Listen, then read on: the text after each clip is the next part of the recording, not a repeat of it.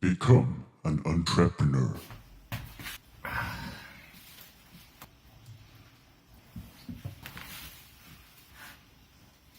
Learn how to pronounce entrepreneur. I remember it like it was yesterday. It was my first day here at Chalmers School of Entrepreneurship, and we all learned the lesson of how to properly pronounce entrepreneur. It was a good day. Learn how to sign agreements. Oh yes, the signing of the agreement. It's basically the lifeblood of any good business to learn how to sign an agreement. And I remember my first agreement that I signed. I was so nervous. We had been discussing for 6 months on how the agreement should look.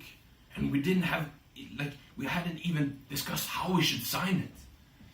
But if I should take one key learning out of signing the agreement, then it's to be a reasonable human being and don't be a child. It's really, really difficult to argue with a child.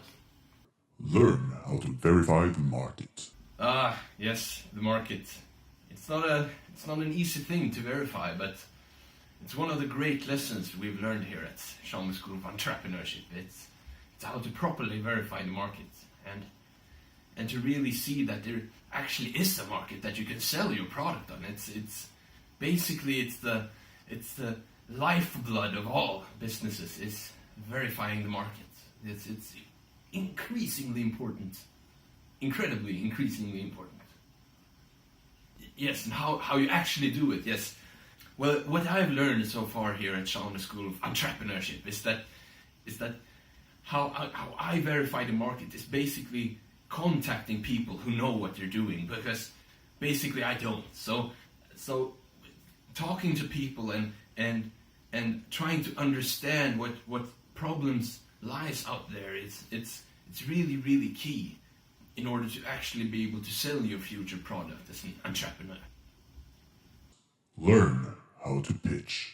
I'm just gonna talk about an old pitch I did, and what I said was basically, imagine a world where I save all the people in the world. And that story really got to people and really, really got them to understand the importance of my dishwasher detergent. Learn how to sell. How to sell. Selling is basically the lifeblood of any good business, and it should be the key learning for any nascent entrepreneurs out there. My good friend Neil Rackham, he released a very good book on how to sell. I read most of the words of some other pages, and the importance of the circle and doing all the 5 steps of actually be there for your customer and learning what the customer needs are and trying to fill those needs. And then when the customer has made a decision and tried to implement it, the customer needs to feel that you have their back, so to say, and can support as an entrepreneur. But reading that book, what I really found out was really interesting was that without selling, a company will die. Learn how to network. Yes, the networking. Yes, it's basically the lifeblood of any good business to know how to network and to get new contacts into your portfolio, so to say. So how do you network? Well, I usually want to talk to people and hear what they have to say, and when I listen, people continue to talk. Learn how you can manage stress. Yes, managing stress.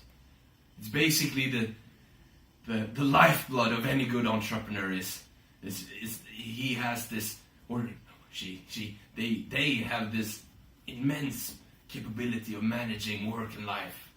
What I like to do is to take a big cup of tea and just simmer down and sort of look at a book. This is a good book. This